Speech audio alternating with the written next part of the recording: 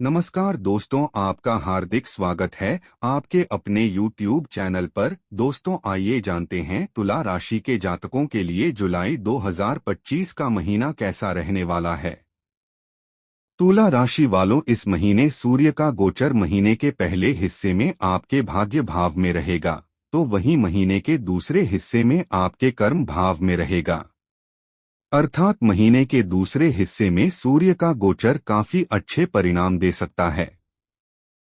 मंगल का गोचर 28 जुलाई तक आपके लाभ भाव में रहेगा, जो आपको अच्छे परिणाम देगा।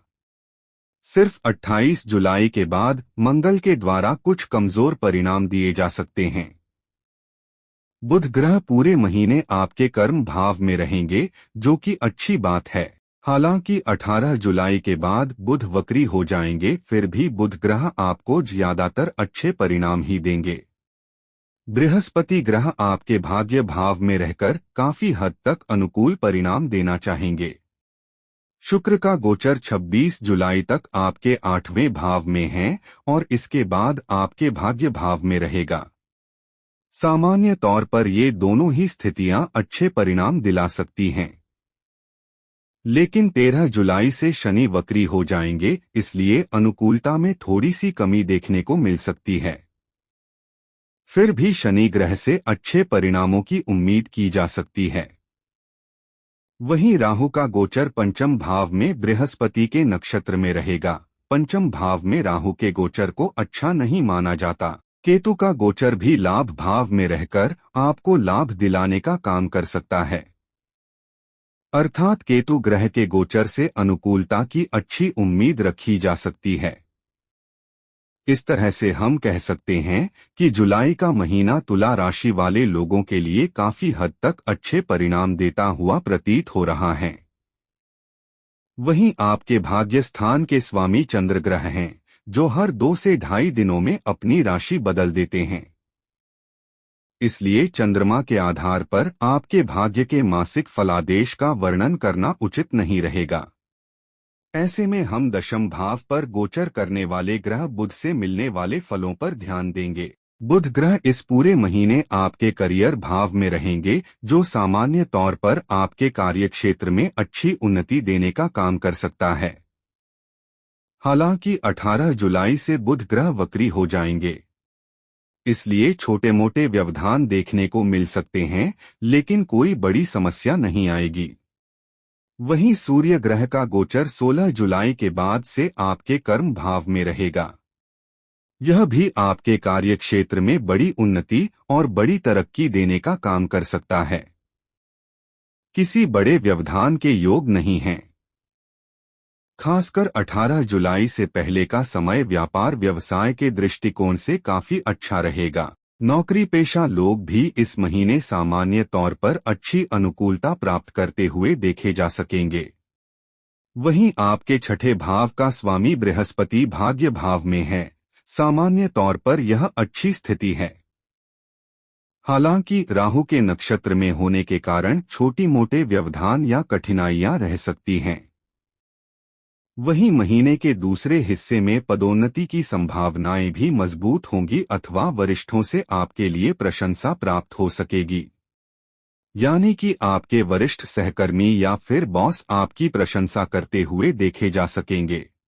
आर्थिक मामले की बात करें तो इस महीने आपके लाभ भाव के स्वामी सूर्य महीने के दूसरे हिस्से में अच्छी स्थिति में रहने वाले हैं।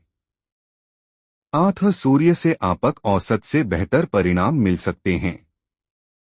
वहीं लाभ भाव में गोचर करने वाले केतु आपको अच्छे परिणाम दिलाना चाहेंगे। 28 जुलाई तक मंगल का गोचर भी आपको अच्छा लाभ देता हुआ प्रतीत हो रहा है। इस तरह से हम कह सकते हैं जुलाई का महीना आपको कई मामलों में अच्छा लाभ दिलवा सकता है। यदि आप व्यापार व्यवसाय से जुड़े व्यक्ति हैं तो आपको कई माध्यमों से पैसे मिल सकते हैं। आपके धन भाव का स्वामी मंगल भी 28 जुलाई तक लाभ भाव में रहेगा। यह भी एक अनुकूल स्थिति है। धन का कारक बृहस्पति भी सामान्य तौर पर अनुकूल स्थिति में है। हालांकि राहु के नक्षत्र में होने के कारण कभी कभार कुछ मामलों में अप्रत्याशित खर्च करवा सकता है, लेकिन यहाँ खर्च सामान्य स्तर के ही रहेंगे और कोई बड़ा नुकसान नहीं होगा। ऐसा भी हो सकता है कि राहु के नक्षत्र में होने के कारण गुरु कभी कभी अच्छा धन लाभ भी करवा दे।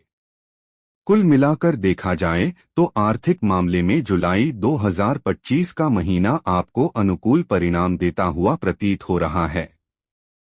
वहीं स्वास्थ्य के दृष्टिकोण से जुलाई का महीना आपको कुछ हद तक अच्छे परिणाम दे सकता है। वैसे तो आपकी लग्न या राशि के स्वामी शुक्र 26 जुलाई तक आपके 8वें भाव में रहेंगे और शुक्र का 8वें भाव में गोचर अनुकूल माना गया है, लेकिन लग्न या राशि का स्वामी होकर 8वें भाव में जाना यह अच्छी स्थिति नहीं है।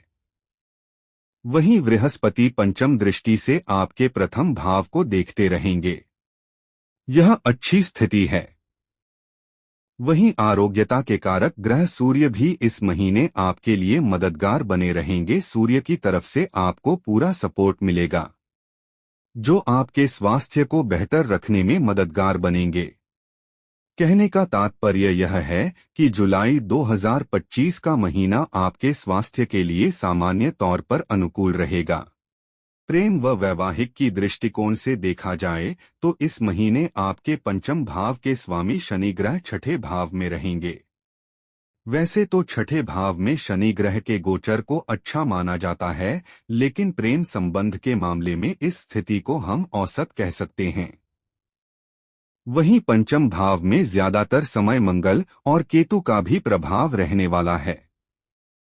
यह सभी स्थितियां इस बात का संकेत कर रही हैं कि आपस में कुछ गलतफहमियां देखने को मिल सकती हैं। कभी कभार आपस में बहस इत्यादि भी संभावित है। अर्थात प्रेम जीवन में कुछ परेशानियां इस महीने देखने को मिल सकती हैं, लेकिन बृहस्पति की कृपा से परेशानियां दूर हो जाएंगी। प्रेम का कारक शुक्र भी मर्यादित रहने की स्थिति में अच्छे परिणाम देने का संकेत कर रहा है। वहीं विवाह इत्यादि से संबंधित बातों को आगे बढ़ाने के लिए महीना काफी अच्छा है। वैवाहिक जीवन के लिए सामान्य तौर पर इस महीने अच्छे परिणाम मिलते रहेंगे। विशेषकर 28 जुलाई तक परिणाम काफी हद तक अनुकूल रह सकते हैं।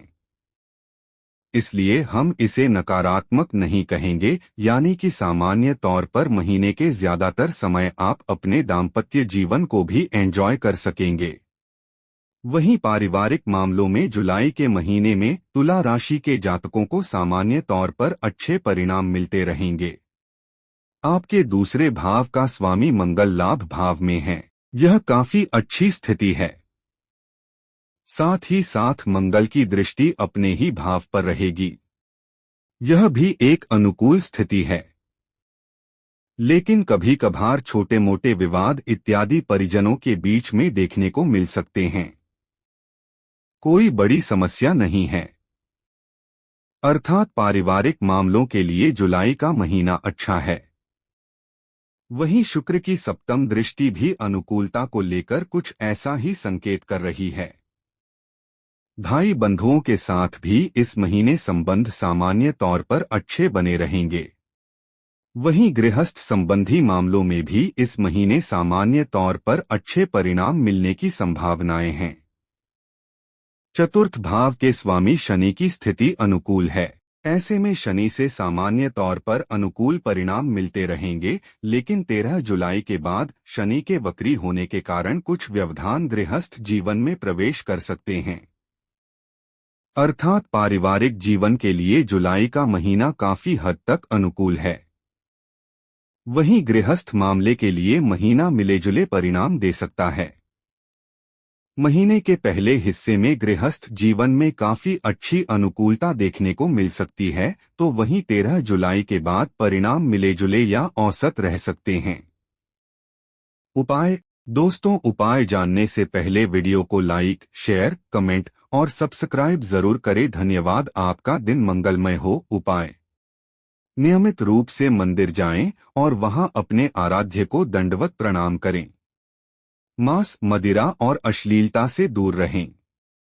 सूर्य भगवान को कुमकुम मिला हुआ जल नियमित रूप से चढ़ाएं। दोस्तों, यह राशिफल आपकी चंद्र राशि पर आधारित है।